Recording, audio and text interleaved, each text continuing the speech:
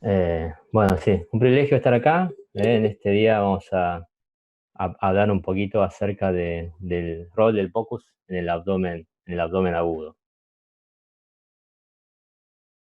Bien. Hay suficiente evidencia bibliográfica que habla del impacto diagnóstico terapéutico del Point of Care Ultrasonography. Hay mucha bibliografía. En el rol en la evaluación abdominal, en este paper vemos que ha tenido un impacto diagnóstico y terapéutico significativo. Y yo creo que no puedo dejar de mencionar el protocolo FAST. Hablando históricamente, creo que el protocolo FAST es quizás el primero en el que quiso transmitir la idea de Point of Care Ultrasonography, con la intención de querer responder una pregunta puntual. Este protocolo tiene sus años, utilizado por primera vez en el año 1970, y el objetivo principal era la evaluación de los distintos espacios a nivel abdominal para la detección de colección o a nivel pericárdico para ver si tenía derrame pericárdico en contexto de un paciente con un politraumatismo. Un protocolo muy rápido de realizar, en menos de 3 minutos, con una sensibilidad y especificidad muy buenas. El protocolo en sí mismo consiste en la evaluación de 3 áreas de abdomen: el espacio hepatorrenal, el espacio esplenorenal, el espacio rectovesical o recto uterino a nivel del El doctor hipogastrio, y Juan, finalmente una Alfredo, vista Antonio, subsifoidea José, para Juan ver si Pedro, tiene derrame pericárdico Dávila de parte o de no. mamá, Salcedo de parte de papá, Bien, toda la entonces, familia empezando por feliz. el espacio hepatorrenal, uno puede utilizar el transductor convexo o Estos sectorial. pibes de Latinoamérica, Generalmente se puede acceder por vía no intercostal, importa, ya a empezó la nivel de la madre, el línea padre, nadie sabe axilar quién es hijo. media, axilar posterior, dependiendo del paciente. Le Y cambiamos lo el que uno va a apellido. observar Te es cuento el que me cambié el hígado apellido.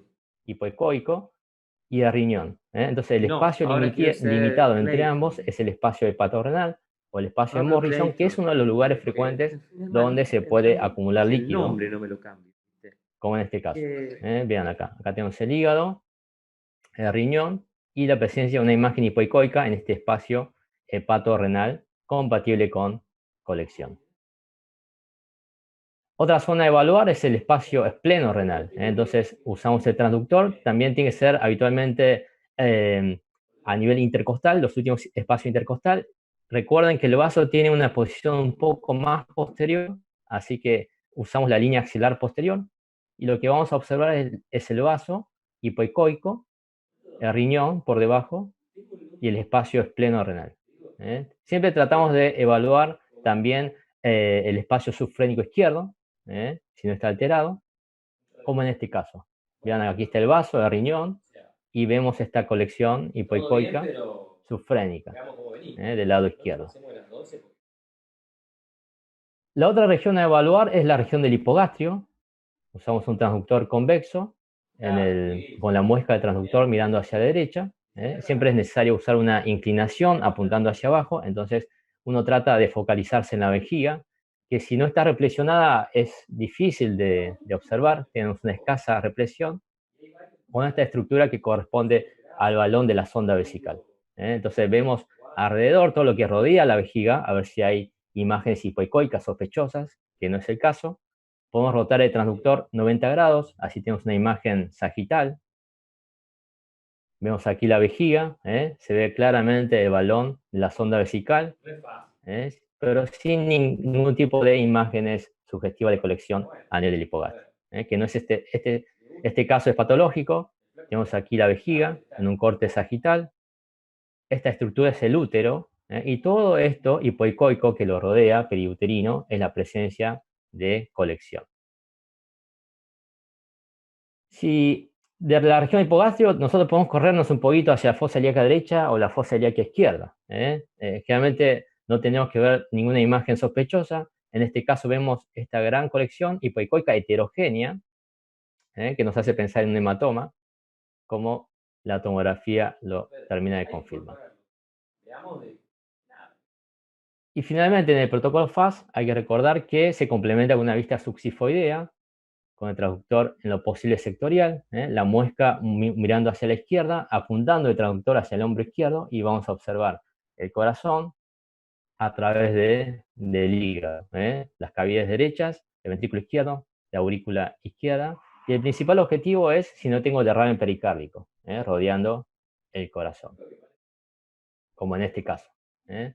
Todo esto hipoecoico que rodea el corazón es derrame pericárdico, que además es significativo. Vean cómo genera un colapso a nivel del ventrículo derecho, colapso diastólico, en un paciente con un taponamiento cardíaco. Este paciente básicamente terminó con una pericardiocentesis y mejoró su condición hemodinámica. En los últimos años, en este protocolo FAST, que es muy utilizado, se agregó la parte pulmonar, por lo cual se la pasó a llamar Extended Focus Assessment with Sonography in Trauma, el EFAST. Entonces, básicamente, se agrega la región anterior del tórax, complementando con la evaluación de las zonas posterobasales. Entonces, recuerden que si, dependiendo de la patología que uno trata de estudiar, si yo quiero ver especialmente el deslizamiento pulmonar, recomendamos la utilización del transductor de alta frecuencia lineal. Tenemos la costilla superior, costilla inferior, la imagen ecogénica de la pleura, que tiene deslizamiento. Este es un signo dinámico muy importante. Siempre recuerden, en pulmón, lo más importante es ver en el modo bidimensional. Todos los signos dinámicos se ven mejor en el modo bidimensional. Todo el resto, sea modo M, modo Doppler, lo que sea, en el pulmón va a ser complementario. En este caso, vean, vemos la línea pleural, con ausencia de deslizamiento pulmonar, compatible en un paciente con neumotórax. Y a veces lo que podemos observar también es este signo, se llama el signo del punto pulmonar. Es el límite del neumotórax, en el que hay un momento en el que con el movimiento respiratorio el pulmón llega a contactar la caja torácica, entonces llegamos a ver qué es lo que está pasando debajo digamos, debajo de la pleura visceral, que hay deslizamiento pulmonar. Es un fenómeno on-off. Vean cómo alterna entre un momento en el que hay ausencia de deslizamiento pulmonar con otro momento en el que se superpone la presencia de deslizamiento pulmonar. Este signo no es tan sensible, pero es muy específico. Si este signo está presente, tiene una especificidad del 100%. Terminamos evaluando las zonas posterobasales, según Lichtenstein, llamados los Platz points, entre la intersección de la línea axilar posterior y la línea frénica. Entonces tratamos de identificar del lado derecho lo que es el hígado con el diafragma, que es ecogénico, y esto va a dividir la cavidad abdominal de la cavidad torácica. La cavidad torácica, por el efecto del aire, uno espera observar solamente artificios. Del lado izquierdo lo mismo, el Platz point del lado izquierdo. Recuerden siempre aprovechar el transductor sectorial, que es mucho más pequeño, tiene menor frecuencia, así que permite ver estructuras profundas, y su pequeño tamaño nos permite entrar por el espacio intercostal. Tenemos el vaso aquí, el diafragma ecogénico, y esta sería la cavidad torácica. En caso patológico, ponemos esto. Tenemos el diafragma, y todo esto hipoecoico corresponde a un derrame pleural de grado severo, asociado a el pulmón que está colapsado. Bueno, siguiendo un poco con la evaluación a nivel abdominal, podemos decir que la primera opción para el dolor del cuadrante superior derecho tendría que ser la ecografía. Vamos a evaluar los siguientes órganos: el hígado, la vesícula y las vías biliares.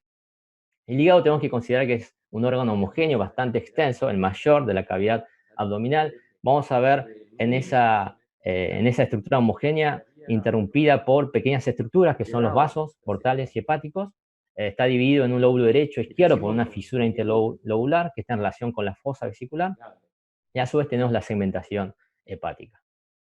Entonces, para la evaluación del hígado usamos transductor de baja frecuencia, convexo sectorial. Empezamos en el reborde costal del lado derecho, a nivel de la línea medio clavicular, con una ligera inclinación hacia cefálico, y vamos a observar todo el hígado. Todo el hígado en este corte, transverso oblicuo. Aquí tenemos la columna vertebral. Entonces vamos a tratar de ubicarnos con la vena cava inferior. Llegamos a ver algo del corazón, esto sería lo izquierdo y esto derecho. Vemos la hipoecogenicidad del hígado en forma homogénea, y a su vez vemos las venas suprahepáticas que están desembocando en la vena cava inferior. Esta es una vista oblicua superior en el plano transversal. Si bajamos el transductor ligeramente, podemos observar la parte inferior, donde ya empieza a aparecer la vesícula, la división de la vena porta, en izquierda y derecha, y una parte de rímel. Obvio. Otro abordaje que me parece muy útil en terapia intensiva o los pacientes que tienen mucho meteorismo abdominal es la evaluación intercostal, al nivel de la línea axilar media o posterior, anterior. Uno trata de posicionar el transductor con la muesca mirando hacia el cefálico, tratando de entrar por la costilla con el transductor sectorial, y vamos a observar una vista coronal del hígado. Entonces esto sería superior, vean aquí está el diafragma, esto sería inferior, y aquí tenemos la columna vertebral. Entonces, yo creo que en lo que es abdomen, como nosotros vemos mucha estructura anatómica, es muy importante familiarizarse con la ecoestructura normal del órgano. Entonces, si uno está bastante familiarizado, bastante habituado, cuando ve algo anormal, es fácil de identificarlo. Entonces, les recomiendo ver muchos órganos abdominales normales, eso les va a ayudar mucho en lo que es la práctica diaria. Vean este caso, es un abordaje transversal oblicuo, entonces derecho, izquierdo, anterior, posterior, el diafragma que estaría rodeando todo el hígado, y vemos la pérdida de la homogeneidad del hígado. Es hipoecoico el hígado, pero llamativamente tenemos áreas mucho más hipoecoicas, anecoicas, heterogéneas en este hígado, claramente patológico. Se confirma por tomografía, un paciente con un hematoma subcapsular hepático, con hemoperitoneo, vean cómo se extiende también hasta la celda renal. Este es un paciente que tuvimos con un politraumatismo, con contusión cerrada de abdomen, que empezó a evolucionar con fiebre, y nos encontramos con esta imagen. Esta también es un abordaje coronal a través intercostal, y observamos en el hígado, que tendría que ser homogéneo completamente, estas áreas hipoecoicas, de bordes irregulares, que nos ha llevado a la sospecha de un proceso infeccioso. Podemos aprovechar el modo Doppler de poder, que vemos que tiene vascularización, y resultó ser un absceso hepático, confirmado por una tomografía con contraste endovenoso. La vesícula biliar. Lo importante de la vesícula es tener en cuenta su tamaño. La longitud debe ser hasta 10 centímetros, su diámetro transversal hasta 4, y su espesor no debe superar los 3 milímetros. Generalmente tiene contenido líquido, anecoico. Con respecto a la vía biliar extrahepática debe ser menor a 7 milímetros, y en los casos de colecistectomía pueden llegar hasta 10 milímetros. Y en este caso es útil aprovechar el modo Doppler para distinguir el conducto biliar de los vasos. Bien, para evaluar la vesícula, habitualmente lo que hacemos es usar el transductor convexo, posicionando la muesca hacia arriba a nivel medio clavicular, debajo del reborde costal derecho. Entonces, uno, después de ubicar la vesícula, trata de alinearlo para obtener su vista más longitudinal. Aquí tenemos la vesícula totalmente anecoica, sin ningún tipo de contenido anormal, con sus paredes finas, de un tamaño conservado.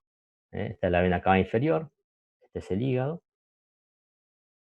En este caso patológico encontramos la vesícula con esta imagen ecogénica que produce un efecto que se llama sombra acústica posterior. Generalmente se debe a la presencia de calcio, que no deja pasar el haz del ultrasonido y genera esto. Este es un cuadro compatible con litiasis vesicular.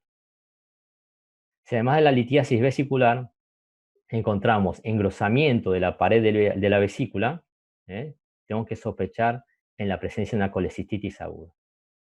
Además del engrosamiento de la pared, a veces podemos encontrar la presencia líquido perivesicular.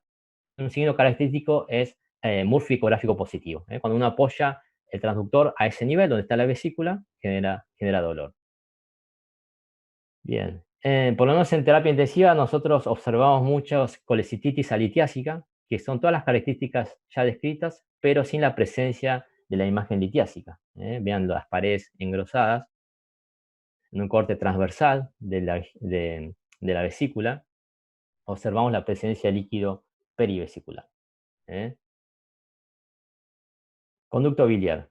Para la vía biliar, la evaluación de la vía biliar extrahepática, situamos el transductor de esta forma. empezamos con una vista longitudinal y vamos ligeramente rotando el transductor en sentido antihorario, de tal forma de ubicar la vena porta, y siempre tenemos que tener en cuenta que la vía biliar corre adyacente a la vena porta. Entonces, realizando pequeños movimientos, trata de obtener la vista más longitudinal posible de la vía biliar. Y aquí vemos varios orificios. Tenemos por aquí este acá y aquí, ¿no? Entonces uno dice, ¿cómo puedo distinguir yo la vía biliar de la arteria hepática o la vena porta? Bueno, en este caso, en estos casos, juega un rol importante la aplicación de lo que es el Doppler. Doppler color. Sabemos que tanto la vena porta como la arteria tienen flujo, entonces se van a colorear. Tenemos aquí la vena porta, la arteria hepática, vena cava inferior. Aquí se superpone con alguna vena suprahepática y claramente el conducto biliar sin ningún tipo de flujo, de tamaño pequeño, no dilatado. Este es un abordaje intercostal, tenemos el hígado en este caso, tenemos la vena suprahepática, tenemos acá un flujo pulsátil, ¿sí? Y llamativamente tenemos esta estructura tubular dilatada que no tiene flujo al Doppler color. Esta es una vía biliar extrahepática dilatada. Si nosotros queremos buscar dilatación intrahepática, vamos a directamente observar lo que es el parénquima hepático, como estructuras tubulares dilatadas. Usamos nuevamente el modo Doppler color, sin ningún tipo de flujo a ese nivel. Este es compatible con dilatación de las vías biliares intrahepáticas. Con respecto al vaso, es siempre también una estructura homogénea, la ecogenicidad es ligeramente mayor que el hígado, su longitud no debe ser mayor de 13 centímetros. Aquí tenemos línea axilar posterior a nivel intercostal de las últimas costillas. Vemos aquí la estructura hipoecoica, rodeado del diafragma, con un poquito de condensación pulmonar. Un poquito más arriba tenemos el plus point izquierdo, y aquí tenemos el riñón.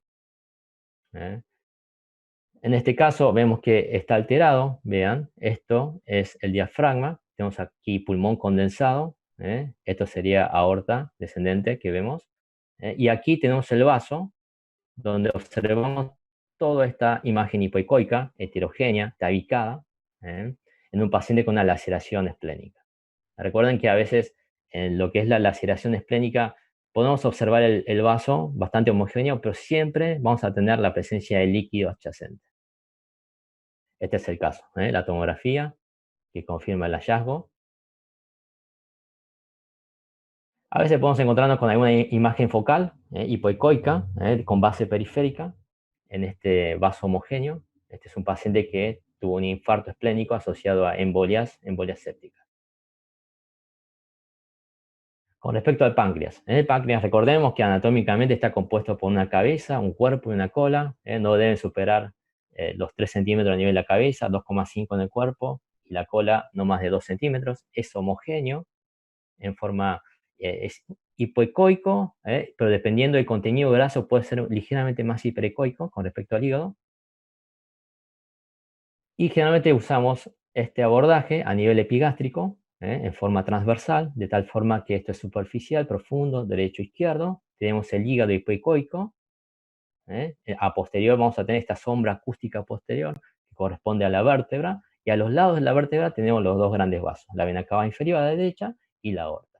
Entonces, justo por detrás del hígado vamos a observar esta estructura hipoecoica relacionada con este vaso que la recorre, muy íntimamente relacionada, correspondiente a la vena esplénica. Y por detrás de la vena esplénica tenemos este otro vaso cortado en forma transversal que corresponde a la arteria mesentérica superior. Entonces, aquí tenemos el páncreas, la cabeza del páncreas, que llega hasta la intersección con los vasos mesentéricos, y posteriormente tenemos el cuerpo. La cola generalmente es difícil de observar. Hay que tener en cuenta acá, más que nada, el tamaño y la icogenicidad para poder identificar el páncreas en un estado normal. Este caso, una señora con una pancreatitis aguda, con disfunción multiorgánica, tenemos aquí el hígado hipoecoico. Esta estructura, vean, anecoica es la vena esplénica, y todo esto es el páncreas, la porción cefálica del páncreas, que ha perdido totalmente su homogeneidad, con áreas hipoecoicas irregulares en un paciente con una pancreatitis. Vamos a hablar un poquito del sistema urinario. Vamos a evaluar los riñones, principalmente la vejiga. Los riñones tienen una longitud entre 9 a 13 centímetros, con un ancho de 4 a 5. Tienen una parte cortical periférica, que es el parénquima, que es homogéneo y hipoicoico, y una parte central que corresponde al seno renal, que es hiperecoico. El seno renal está relacionado con la presencia de vasos, de los conductos colectores, y grasa, lo que le da ese aspecto. Y es importante recalcar que generalmente la pelvis renal no es visible en situaciones normales. Con respecto a la vejiga, quizás lo que más nos importa en situaciones de emergencia es ver su volumen. Esta es una fórmula muy práctica para calcular el volumen urinario. Longitud por ancho por altura por 0,53, que es la fórmula para calcular los elipsoides. Entonces, nuevamente, transductor convexo, a nivel por debajo del borde costal, línea axilar media posterior, ubicamos el hígado, y en íntima relación tenemos el riñón derecho, con una periferia subparénquima hipoecoico, y el centro, que es el seno renal, que es hiperecoico. Del lado izquierdo lo mismo. Recuerden siempre el lado izquierdo, siempre es un poco más posterior. Aprovechamos la línea axilar posterior en este caso. Tenemos el vaso, e inmediatamente inferior tenemos el riñón. Homogéneo, su periferia, con el seno renal, que es hiperecoico. Vean, estamos en el lado derecho, transductor sectorial, tenemos el hígado, el riñón por debajo, y llamativamente a nivel del seno renal observamos imágenes ecogénicas que producen sombra acústica posterior. Este es un cuadro compatible con litiasis renal. Podemos encontrarnos con esto también, dilatación de la pelvis renal, anecoica, como espacios anecoicos, con la corteza, con el parénquima renal disminuido. Está hablando de una hidronefrosis de grado significativo. Este otro caso, vemos aquí el riñón con su seno renal hiperecoico, rodeado del parénquima hipoecoico, y toda esta estructura hipoecoica, generando un efecto de masa sobre el riñón, compatible con hematoma renal. Con respecto a la vejiga, viene la región hipogástrica, la marca de transductor mirando hacia la derecha, toda esta estructura esférica elipsoidal, con el contenido anecoico, con una retención de orina importante. Podemos hacer las mediciones, transversal anteroposterior, y el longitudinal girando el transductor 90 grados con la muesca apuntando hacia arriba. Bien. En el abdomen también podemos evaluar el tubo digestivo. Es posible examinar el estómago. Es importante en este caso evaluar el residuo gástrico, a ver si tiene una paresia gástrica o no. El intestino también consideramos la pared, el diámetro principalmente, y la presencia o no de movimientos peristálticos. Este es un abordaje transesplénico, a nivel línea axial posterior izquierda. Tenemos el vaso, y si nosotros hacemos una ligera angulación hacia anterior, podemos llegar a ver el estómago, con su pared y su contenido anecoico, en un paciente sin ningún tipo de alteración, que este no es el caso. Todo esto que ustedes observan en esta imagen es el estómago dilatado con contenido, es el alimento, en un paciente con una paresia gástrica significativa. Podemos evaluar el intestino, evaluando toda la región anterior del abdomen con el transductor. Vamos a distinguir la pared abdominal con esta línea hiperecogénica posterior, que es el peritoneo, tejido celoso cutáneo, y toda esta imagen, difícil de definir, corresponde al intestino. Habitualmente el intestino no es visible, como las otras estructuras, quizá a veces por la presencia de aire, pero sí podemos observar la presencia de peristaltina. En casos patológicos, podemos observar distensión de asas intestinales. Este es el delgado. Vean cómo está distendido, su diámetro. Vemos engrosamiento de su pared, y principalmente no hay movimientos peristálticos. Un paciente con ilio paralítico, con esta distensión de asas del delgado. Este es otro caso. Aquí ya no estamos en el delgado, estamos en colon derecho. Vemos las austras del intestino grueso. Vean la gran dilatación de este colon, totalmente patológico. Tomamos las medidas, 10,9 centímetros de diámetro máximo.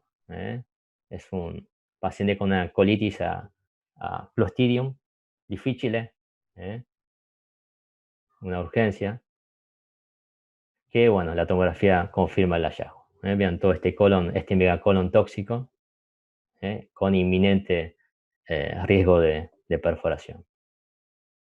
Bien, no tengo que dejar de mencionar la importancia de la ecografía abdominal para detectar líquido libre. Es tan sensible que puede llegar a detectar hasta 10 mililitros de líquido en la cavidad abdominal, lo que nos deja ver un poco mejor las estructuras que están por debajo. A veces también podemos ver las características en su interior, heterogéneas, vean la presencia de tabiques, septos irregulares, que nos hacen pensar eh, en un líquido no muy normal, en un caso de peritonitis, por ejemplo. Esta imagen, miren, vamos a tener acá la pared abdominal, tenemos algo de líquido en cavidad abdominal, estructuras intestinales, y vemos esta imagen, correspondiente al peritoneo, donde se ve un cierto refuerzo, una mayor ecogenicidad con respecto a esta zona, sin movimiento, con los movimientos respiratorios, muy parecido a lo que es el pulmón, con el neumotórax, con algunas líneas paralelas por la presencia de aire.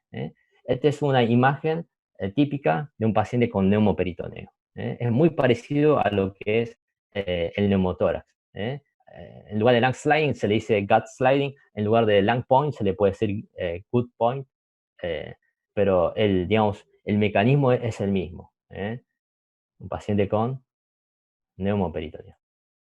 Bien, es muy útil también la intervención en la cavidad abdominal frente a la presencia de líquido. Lo que nosotros vamos a hacer es punción para evaluar su contenido. Entonces, en este caso, vean cómo ingresa la aguja a la cavidad abdominal.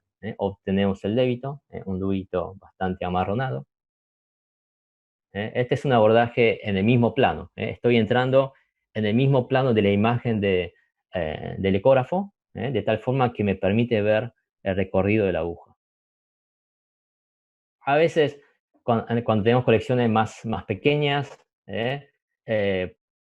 o debido al paciente que tenga mucho tejido celular subcutáneo, es difícil ver la aguja. Entonces, podemos aprovechar el modo Power Doppler. El Power Doppler, acuérdense que es muy sensible a lo que es el movimiento. Entonces, se usa mucho para ver la microvasculatura, pero también lo podemos usar para ver cualquier tipo de movimiento, como el movimiento de la aguja. Entonces, uno puede estar un poco más seguro de dónde está punzando. Aquí se ve. Se llega a ver algo a nivel bidimensional, pero el Doppler de poder ayuda y mucho. Bien, con respecto a los grandes vasos abdominales, tenemos que hablar principalmente de la aorta abdominal y de la vena cava inferior. La forma de ubicarlo siempre tenemos que encontrar lo que es la vértebra. Recuerden que la aorta abdominal está hacia la izquierda del paciente y la vena cava inferior hacia la derecha. El diámetro de la aorta abdominal no debe superar los 2,5 centímetros. Un lavaje transversal a nivel del epigastrio, y tenemos aquí el hígado, posterior tenemos la columna vertebral con la sombra acústica posterior, y justo en relación a la vértebra tenemos del lado derecho la vena cava inferior y la aorta abdominal. Acá está dando una rama, la arteria renal del lado izquierdo. Este es el páncreas, la arteria mesentérica superior. Podemos girar 90 grados de esa posición, centrando la aorta. Entonces vamos a tener una vista longitudinal de la aorta, pulsátil, dando acá su rama, la mesentérica superior. Y en el caso de un aneurisma vamos a ver su diámetro comprometido. Vean cuán grande se encuentra esta aorta. Vemos esta imagen hipoecogénica que corresponde a un trombo mural. Giramos 90 grados, tenemos un abordaje longitudinal con el diámetro anteroposterior del aneurisma. Y aquí tenemos la tomografía. Bien, la vena cava inferior. La vena cava inferior básicamente la evaluamos en longitudinal habitualmente. Ligeramente podemos angular hacia derecha del paciente, entonces vamos a tener la vena cava inferior que se relaciona muy estrechamente con el hígado. Se usa mucho para la evaluación hemodinámica, pero a veces nos podemos encontrar con este caso. Esta es una vista transversal, vean. Este es el hígado, tenemos la aorta, la columna, y esta estructura hipoecoica, todo esto, es un vaso, es la vena cava inferior, que está recibiendo la vena renal del lado izquierdo. Pero llamativamente, en comparación con la aorta, su contenido es hipoecoico. Giramos 90 grados, vemos el eje longitudinal, vena cava inferior, que deja de ser anecoico y está ocupado por este material hipoecogénico. Esta era una paciente que entró con disfunción multiorgánica con un síndrome de vena cava inferior asociado a una trombosis de vena cava inferior. Lo constatamos un poquito mejor con el Doppler color o Doppler de poder, con la ausencia de flujo a ese nivel. Hicimos la tomografía posteriormente y vean aquí, contraste endovenoso, como una imagen hipodensa que ocupa lo que es la vena cava inferior, la vena renal izquierda, aquí se ve un poquito mejor, y en un corte renal también, como no se colorea con el contraste. Lamentablemente la señora falleció al poco tiempo. Y finalmente, hablando de vasos, creo que es muy importante evaluar también la vena porta. La vena porta nos brinda mucha información, es muy útil, como vamos a ver un poquito más adelante, en la valoración hemodinámica. También se utiliza mucho para la evaluación de la hipertensión portal en base al flujo. Y su valoración en terapia intensiva habitualmente es a través del abordaje intercostal. Van a tener siempre, casi en la mayoría de los casos, una ventana adecuada a través del hígado. Es una estructura tubular, anecoica. Esto sería superior, inferior, superficial y profundo. El Doppler color nos ayuda mucho con la presencia de flujo en su interior. Y podemos utilizar el Doppler pulsado para ver su patrón. Es un patrón monofásico, continuo, en condiciones normales. Les voy a compartir un caso clínico para ir cerrando. Una paciente femenina de 82 años con antecedente de hipertensión arterial crónica, colecistectomizada, consulta por un cuadro de distensión abdominal y dolor asociado a náuseas. Se le realiza una tomografía de abdomen y pelvis que evidencia un engrosamiento parietal segmentario del colon izquierdo con importante fenómeno de flugosis de la grasa vecina. Esta es la tomografía. Vean esta región del colon izquierdo, bastante heterogéneo. Y la señora, básicamente, evaluada por cirugía, va al quirófano, encuentran una diverticulitis perforada con peritonitis de 4 cuadrantes. La conducta quirúrgica fue una hemicolectomía izquierda con una colostomía terminal e ingresa a terapia intensiva en el postoperatorio en shock, en ventilación mecánica, soporte vasopresor con noradrenalina, tratamiento antibiótico de amplio espectro. Llamativamente la señora evoluciona bien, con estabilidad hemodinámica, con buen despertar, empezando el proceso Winning, pero evoluciona con nuevo evento de shock con disfunción multiorgánica. En este contexto, nosotros realizamos ecografía abdominal bedside y nos encontramos con esta imagen, para que se ubiquen. Aquí tenemos el hígado, es un abordaje intercostal, diafragma, está la parte superior, la parte inferior, interno. Vemos el hígado que ha perdido su homogeneidad a expensa de la presencia de estas imágenes ecogénicas, parcheadas, difusas. Esta estructura tubular que vemos aquí es la vena porta. La vena porta, que llamativamente tiene estas imágenes puntiformes móviles. Bien, ¿cuál es su impresión diagnóstica respecto a la imagen ecográfica observada? Vamos a hacer una votación. A, hepatitis aguda fulminante. B, trombosis de la vena porta. C, neumatosis portal. D, flujo portal enlentecido. A Bueno, ver, ¿cuál les hacemos parece? 40 Sí. segundos para votar. Sin miedo.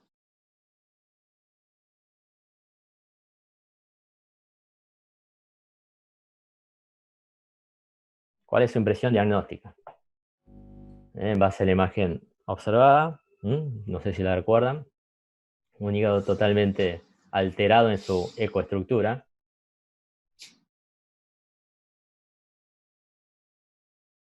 Bueno, muy bien. Trombosis de vena porta, 46%. Ok. Bien. Vamos a repetir la imagen, miren. Tenemos aquí, ¿no? El hígado, ¿eh? Áreas parcheadas ecogénicas, vena porta. Todo esto de la vena porta. Y vean estas imágenes puntiformes en movimiento que van hacia el hígado, hepatópeto. ¿Sí? Este cuadro es un cuadro compatible con presencia de gas portal, neumatosis portal. Acuérdense que el aire se ve como señales ecogénicas. ¿Sí? Bien. Podemos utilizar el modo M, donde vemos el tránsito de estas microburbujas aéreas a través de la vena porta. Si nosotros aplicamos el modo Doppler color, vamos a observar un efecto de blooming, que es como floreciente, un resaltado del Doppler de todo lo que es el parénquima hepático, y esto se debe a las propiedades acústicas de las microburbujas aéreas, que son muy elevadas. Usamos Doppler pulsado para ver el patrón de flujo, que es un patrón continuo, pero llamativamente vean el aumento de la intensidad de la señal a este nivel. Es muy parecido a un Doppler transcraniano con microburbujas, con los hits. Esto se debe a la alta intensidad de las microburbujas aéreas. Esto nos está indicando la presencia de gas a nivel de la vena porta. Se hace la tomografía que constata, vean, ¿no? Cómo la imagen tomográfica no es tan grosera, ¿no? En comparación con la ecografía. Yo creo que es mucho más sensible la ecografía para detectar este tipo de alteraciones. Bien, se decide conducta quirúrgica de urgencia, se constata necrosis intestinal asociada a isquemia mesentérica y se procede a realizar una colectomía total. La señora evoluciona con mejoría de sus disfunciones orgánicas, se realiza una ecografía bedside control y vean el cambio drástico, la desaparición de los parches ecogénicos que representa la presencia de aire en el parénquima hepático y la vena porta ya sin esa imagen de tránsito de microburbujas. A nosotros nos sirvió mucho para ver el seguimiento del paciente. Saben que llamativamente, después de esta ecografía, la señora nuevamente empezó a tener gas portal y eso motivó a realizar más estudios complementarios y a ser evaluado por cirugía y requirió una laparotomía con nuevo evento de isquemia intestinal. Vean acá como el flujo fásico, monofásico, continuo, pero sin esas señales de hiperintensidad. Bien, nosotros ahora en la revista hemos presentado una serie de casos en nuestra experiencia del Sanatorio de los Arcos con respecto a la neumatosis portal por ultrasonografía junto al doctor Elías Solarte, y hemos visto que es un hallazgo asociado a patologías potencialmente graves, conlleva una alta morbimortalidad. Creo que de las causas más importantes a considerar es la isquemia intestinal, el ilio, la peritonitis, y básicamente se va a identificar como focos hiperecoicos que transitan por la vena porta o el parénquima hepático. Las microburbujas aéreas tienen propiedades acústicas elevadas, lo cual lo hace útil en su detección a través del Doppler color o Doppler pulsado. En su fisiopatología hay distintas teorías. Algunos proponen que se debe a una pared intestinal lesionada, con lo cual el aire intraluminal del intestino migra hacia las venas mesentéricas y de ahí hacia la porta, o relacionado con la invasión por bacterias formadoras de gas que penetran a la submucosa y de ahí llega a los vasos mesentéricos. Por eso creo que además de toda la evaluación estructural anatómica de todos los órganos sólidos o el tubo digestivo, recomendamos incorporar la evaluación de la vena porta en la examinación rutinaria del abdomen agudo para poder descartar patologías potencialmente graves. Como conclusión, podemos decir que la ecografía abdominal bedside es una herramienta fundamental que no solo nos permite la evaluación estructural de los órganos, sino que también información dinámica relacionada con su condición fisiopatológica, lo que permite una mejor orientación diagnóstica y terapéutica de los pacientes con abdomen agudo. Muy bien, les agradezco mucho la atención y hasta aquí fue la charla.